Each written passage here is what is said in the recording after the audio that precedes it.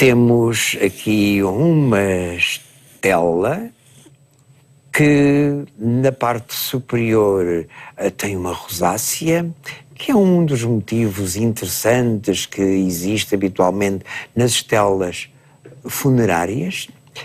E, aliás, sabemos imediatamente que se trata de uma estela funerária na medida em que tem DMS, que significa Dies Manibus Sacrum, consagrado aos deuses manos, que eram os deuses que acompanhavam a alma para o além. Esta estela sofreu alguns tratos de pulé, porque está partida a meio, e, portanto, vamos tentar descobrir qual é o nome que lá está escrito. Portanto, temos um P, um A, depois um T, um E, exato, é paterne, né, que é a forma de dizer oralmente, não de uma forma literária, mas porque devia estar escrito A-E, está escrito paterne. E em seguida vem o nome do pai, Celsi. E curiosamente, não tem mais informação nenhuma acerca da senhora, a não ser a idade com que ela morreu. Ela morreu, está escrito A-N, depois um X, um L e um V. 45 anos.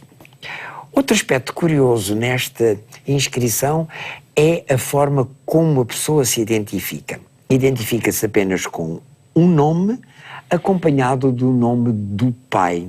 Portanto, ela era a paterna, se calhar a filha querida do pai, e por isso mesmo o pai lhe deu o nome de paterna. És a minha filha querida. E o pai chama-se Celso, o elevado, o grande, seria eventualmente uma pessoa de alguma importância, embora na realidade nós não saibamos mais nada desta senhora, a não ser que viveu eventualmente no século III ou IV da nossa era, tem apenas esta identificação e morreu com esta idade. O que é curioso verificar é que não há aqui nenhuma data.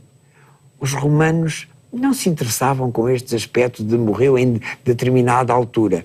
A pessoa parece que está ali, pelo menos para eles, dá-lhes a ideia de que a pessoa está ali com a idade de 45 anos. Esta é a idade para toda a eternidade.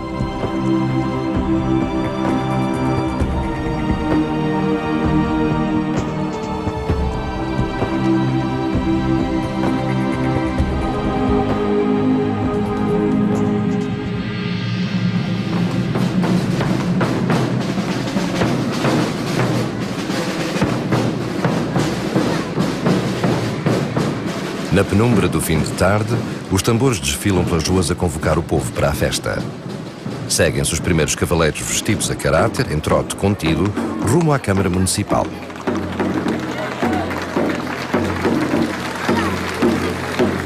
É o início da comemoração de Corpus Christi, Corpo de Deus, a festa da cidade de Penafiel. Vinda de bem longe, do século XVII, nunca foi esquecida, mesmo quando o dia santificado decaiu noutros lugares. Em frente da Câmara, perante as autoridades da terra, os diversos grupos representando profissões antigas apresentam-se com discursos nos quais criticam o poder instituído, mas sem esquecer de fazer também os seus pedidos e oferecer os seus préstimos. Tudo isto com dança e cantorias. A música é repetitiva, mas as letras podem transformar-se em dardos certeiros. Estes são os pedreiros. Numa zona de muita pedra tiveram sua importância. Orgulham-se do ofício, apesar da dureza do trabalho e do pagamento ser sempre muito curto. Às vezes nem para a bucha d'água desabafam. Desfilam e dançam para lembrar ao povo toda a sua história. Os picos são um utensílio de trabalho, mas também podiam ser uma ameaça se fosse o caso de corrigir uma injustiça.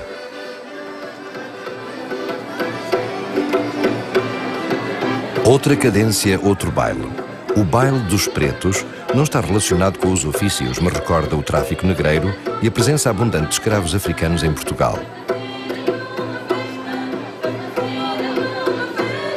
Esses escravos negros não serviram apenas na corte e nas casas nobres das principais cidades.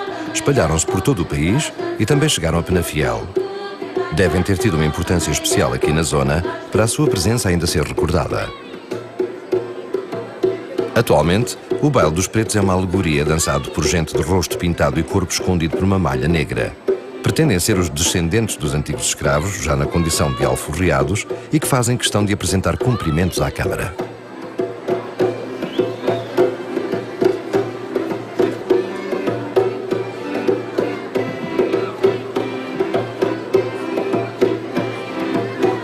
Dançam à volta de um mastro que entrançam com fitas coloridas perante a sua própria corte, um rei e uma rainha, uma cópia a negro da vida nos palácios onde serviram.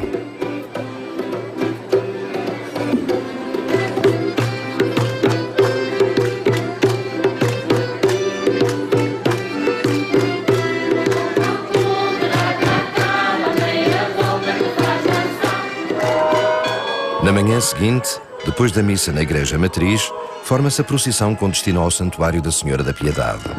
O cortejo integra figuras peculiares, como este cavaleiro resgatado ao passado, símbolo da luta do bem contra o mal. Lá mais para trás, o mal também desfila. Os antigos imaginavam-no como um ser fantástico, uma mistura de dragão e serpente, a bicha serpe. Mas o mal, embora poderoso, não vingou. As várias confrarias religiosas seguem também na procissão vestidas a rigor, segurando os estandartes que as identificam. No final da cerimónia rebentam os foguetes e soltam-se pombas brancas, símbolo da paz que todos desejam. Neste dia grande que é a festa do Corpo de Deus, as ruas ficam quase desertas. A história de Penafiel é feita de uma rede complicada de episódios. Até ao século XVIII, a terra chamou-se a Rifana do Sousa e foi por obra e graça de Dom José e do Marquês de Pombal que ganhou o nome atual. Visto do ar, o castro de Monte Mozinho parece um aeroporto destinado a naves intergalácticas, mas foi gente terrena que viveu aqui. Este emaranhado de formas, restos de muros, construções redondas, foi em tempos um castro importante. Era conhecido como Cidade Morta de Mozinho. Muitas pessoas que conhecem os romanos puros quando aqui chegam, custa-lhes a acreditar que isto tenha sido uma fundação já sob o domínio romano. Dizem, não pode ser. Esta fundação é castreja.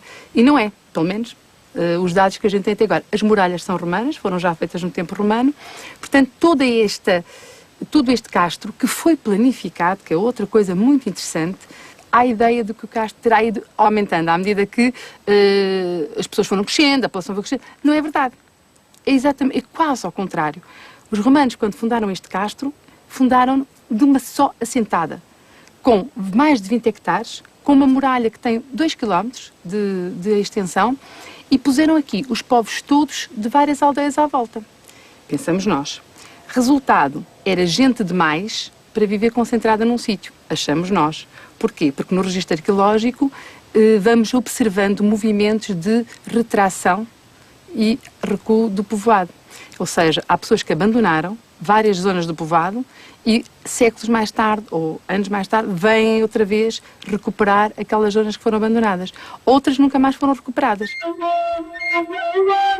Durante muito tempo houve dúvidas sobre quem seriam os moradores deste castro, quem o teria fundado e qual o papel dos romanos no assunto. A questão do formato das casas dividia as opiniões. Por vezes o tempo parava.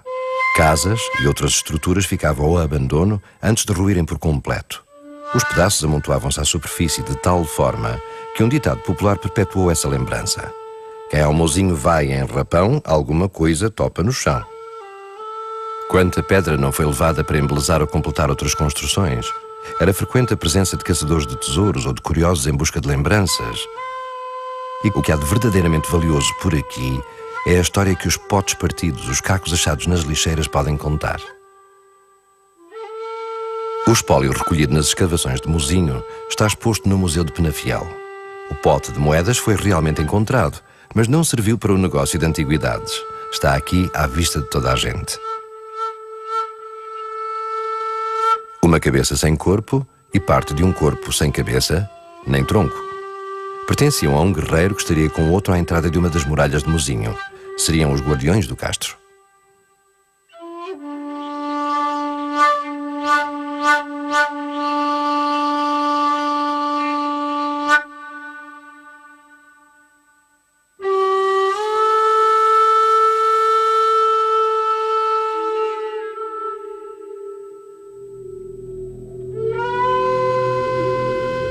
Num canto discreto, a estela funerária de Paterna, recuperada do mau estado em que foi encontrada.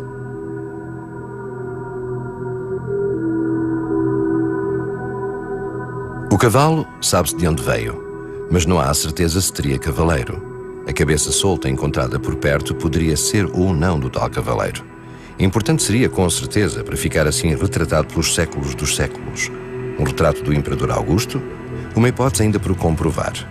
Que monumento seria este? Muito se especulou sobre esta estátua equestre.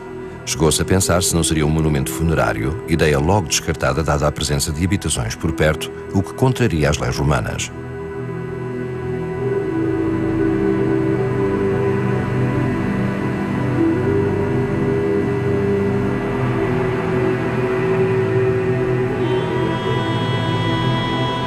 Pela posição que ocupava, era impossível não achá-lo majestoso. Quem entrasse no castro ficaria deslumbrado pelo poder que deveria irradiar deste cavalo vencedor.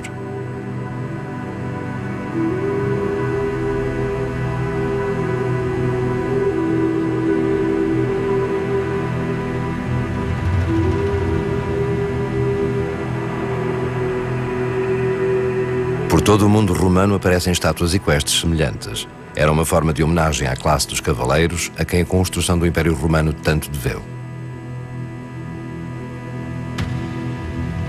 A ideia que nós temos hoje em dia é que tenha sido um monumento dedicado a Augusto, à paz do Augusto, uma ara pacis, porque também sabemos que por todo o Império foram construídos monumentos desses, como símbolo de união do Império, como símbolo e lembrar aos povos a importância do Imperador Augusto na União Europeia, no fundo, foi a primeira União Europeia que existiu. E pensamos que poderia ser uma coisa, de alguma forma, religiosa. Portanto, um monumento com um objetivo religioso.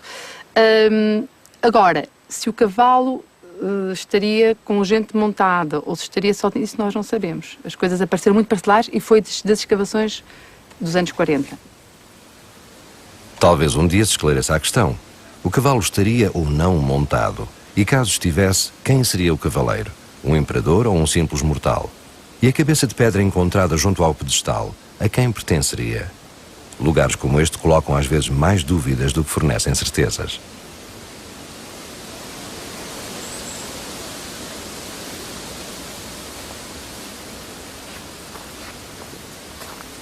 O castro está rodeado de árvores, eucaliptos, carvalhos e outras espécies. Ao longo dos séculos, as raízes apropriaram-se de pedras, estruturas e, apesar das escavações, devem esconder ainda algumas surpresas. As cortinas de vegetação mais cerrada também tapam recantos como este, um conjunto de construções afastadas dos olhares. Seria um lugar escondido de propósito? Que pessoas viveriam ali? Qual seria a sua ocupação? Terão sido forçadas a partir? Provavelmente fariam o mesmo de muitos outros habitantes do castro. Trabalhavam nas minas de ouro, talvez nas serras das Banjas, ou em Valongo, ou em Gondomar. Era aqui que os romanos vinham buscar a mão de obra de que necessitavam. Com o passar do tempo, as escavações foram alargadas a outras áreas do castro. Aqui, por exemplo, talvez tenha havido uma metalurgia, uma olaria ou um forno de cozer pão. Mas ainda falta saber mais, escavar um pouco mais fundo.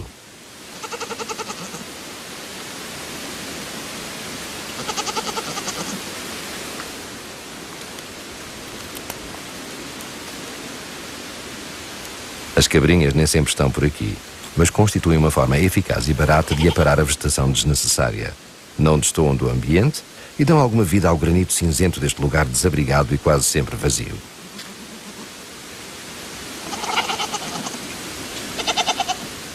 Embora esta cidade morta já fosse conhecida antes, as escavações em Monte Mozinho só começaram nos anos 40 do século XX, altura em que o castro foi classificado como imóvel de interesse público. As pesquisas estiveram paradas durante cerca de 3 décadas, até serem retomadas nos anos 70. Desde então têm sido feitas com alguma regularidade, de modo a alargar a área conhecida de Mozinho. De um lado e de outro da estrada que conduz à Acrópole estão casas redondas, retangulares ou mistas, em geral construídas em redor de um pátio. Esta mistura de formas tem gerado muitas interpretações. A questão das casas redondas dos povos castreiros é uma questão que ainda não está completamente resolvida, não se sabe a origem, por que é que eles gostavam de construir em casas redondas. Há uma série de teorias, uma delas é que eles não saberiam construir os ângulos das casas e, portanto, fariam uma parede helicoidal, subindo até cima. Mas há outras explicações. O que é certo é que quando os romanos trazem para aqui esta população e eles mantêm o seu modo de vivenda e constroem as suas casas como estão habituados, já constroem com casas quadrangulares.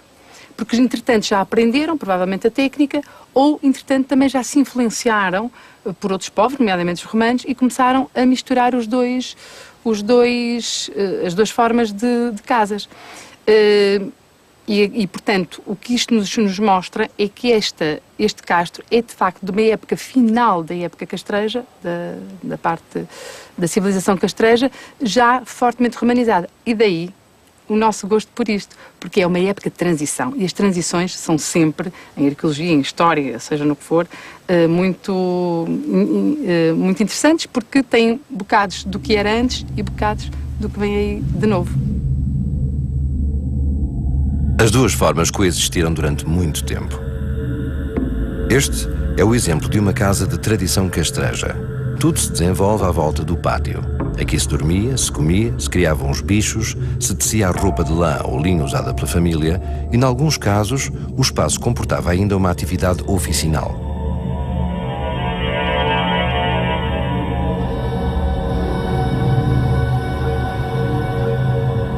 É provável que estas populações tivessem uma atividade variada. O trabalho nas minas, por vezes esporádico, mas também a pecuária e a agricultura de subsistência. As unidades familiares eram quase autossuficientes.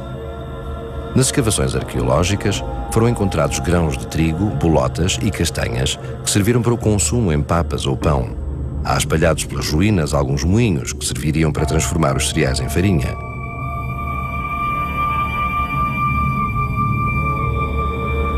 Não foi à toa que este lugar foi escolhido. Os recursos naturais devem ter contado tanto para os habitantes da cultura castreja como para os romanos. Há água abundante, zonas de pasto e áreas de cultivo. Haveria por aqui também quem se dedicasse ao trabalho na pedra necessária à construção ou para a decoração e ainda à feitura de mós.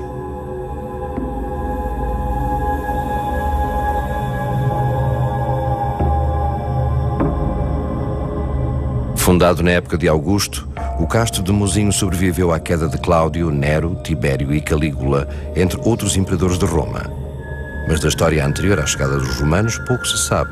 Quem era esta gente e quantos vieram morar no castro?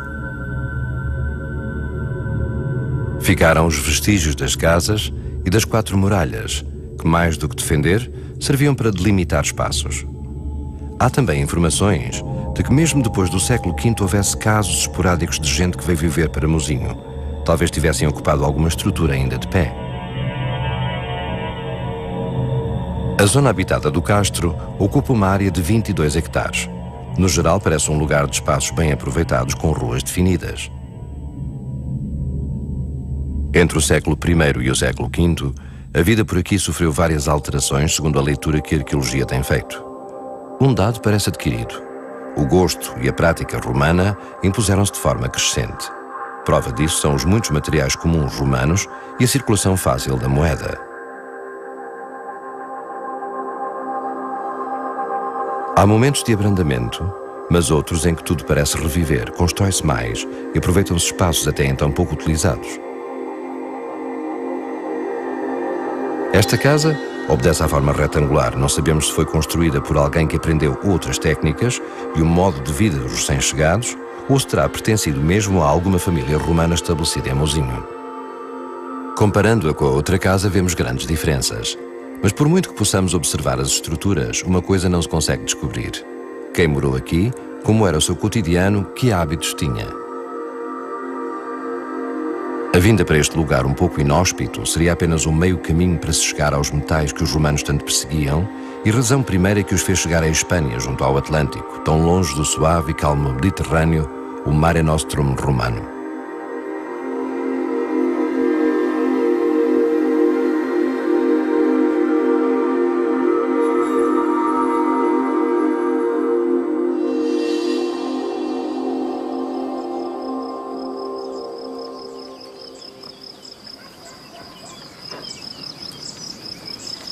Mozinho, à semelhança de outros locais do território português, teve os seus momentos de animação, em que o comércio criava picos de atividade e chegavam bens de muitos lugares distantes.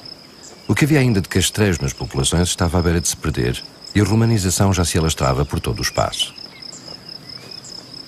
Até que, por razões várias, interrompe-se a vida antiga e tudo começa a ruir. A época em que este castro foi de facto desabitado e abandonado, chamemos-lhe assim, é a época das invasões bárbaras. Portanto, no século V, quando o Império se desmorona, pelo menos a parte ocidental, e sabemos que em muitos locais da península, de facto, os sítios destruíram-se, ou se destruíram ou foram abandonados, com medo da vinda dos bárbaros. Eu aqui não tenho completa certeza disso, mesmo porque no registro arqueológico não me aparece, me dá a ideia de que o castro não foi abandonado de uma só vez. Dá a ideia de que ele foi progressivamente sendo abandonado. Portanto, umas zonas primeiro, outras zonas depois. Portanto, houve aqui vários movimentos. Não temos registro nenhum, nem de incêndios, nem de guerras, pronto, de alguma invasão. Não temos vestígio nenhum disso. Nem tão pouco eu penso que os bárbaros que invadiam, de alguma maneira, quisessem vir ao Mauzinho. O que é que o Mauzinho teria para oferecer, que eles gostassem. Portanto, seja como for, foi na época das invasões bárbaras, isto é um dado. Penso, no entanto, que terão abandonado por falta de recursos. Foi um tempo que durou 5 séculos. Quando a falta de recursos se tornou intolerável, as populações de Mozinho desceram o monte e procuraram outros lugares onde pudessem viver. Dispersaram-se pelas aldeias das redondezas ou seguiram para mais longe, buscaram as cidades de Tongóbrega ou Brácara Augusta. A paisagem no sopé de Monte Mozinho mostra uma agricultura abundante e variada. Quer sejam grandes casas de lavoura, pequenas quintas ou apenas pedaços de terreno já muito retalhado por sucessivas transmissões de heranças, o que se vê é boa terra arável, na maior parte dos casos, cultivada. A fartura de água também ajuda. O rio passa mesmo a meio dos campos e já fez mover muitos moinhos que hoje servem principalmente como ornamento.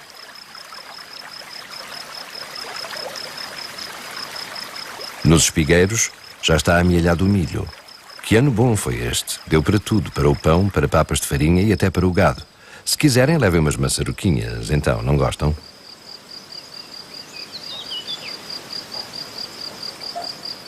Ao contrário do milho, os castanheiros não se portaram muito bem. As castanhas parecem boas, mas não saíram grande coisa e ninguém as quis apanhar. No próximo ano serão melhores. Assim se espera, por amor a São Martinho, de quem a gente de Penafiel é muito devota.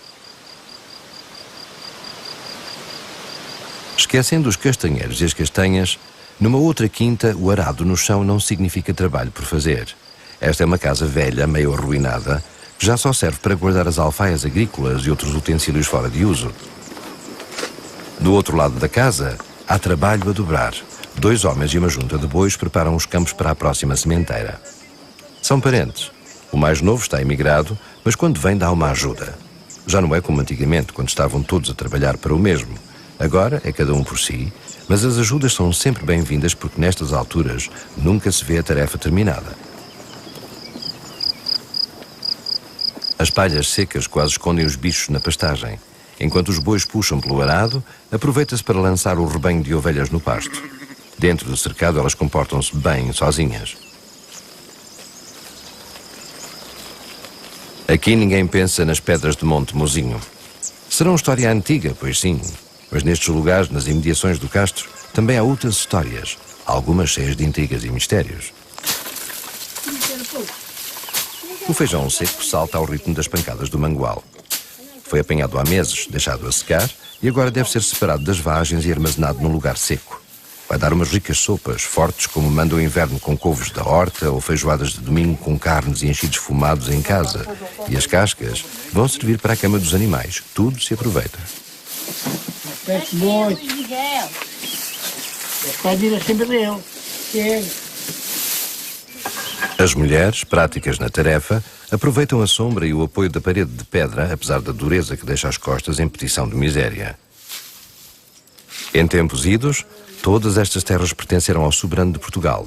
Era um reguengo real.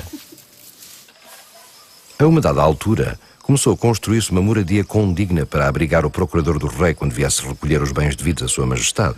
A obra era muito ambiciosa, com tantas janelas que, dizia o povo, era uma para cada dia do ano. Um exagero, claro. A construção foi mandada parar pelo próprio rei no princípio do século XVIII e assim ficou inacabada nestes mais de 200 anos. Nunca teve teto, mas as paredes em granito, por serem tão fortes, resistirão ao tempo. No interior, entre duas paredes, nasceram limoeiros que até hoje dão limões, que darão origem a mais limoeiros, caso não lhes dê a moléstia, claro. As muitas janelas do palácio continuam rasgadas na fachada comprida, algumas com requintes de cantaria. Um dia virá em que nem mesmo o granito aguentará esta casa que não respeita a lógica. Mozinho vê-se lá muito ao longe, parece apenas mais um monte perdido na paisagem. Daqui não se vê o que sobrou das casas, nem as ruas de lajes bem talhadas que levam à antiga Acrópole. As atenções prendem-se mais nas vinhas de folhas viçosas que se espalham por todo o terreno junto ao caminho do castro. Quando a vida em Mozinho se desfez, muita gente desceu o monte à procura de terras férteis. Talvez alguns tenham criado raízes por aqui mesmo e por cá ficaram os seus descendentes. Disso não sabem falar. Mas se o sol não for avaro e a chuva não vier fora do tempo, esta colheita vai dar um bom ano de vinho, diz quem conhece o futuro só de olhar as uvas.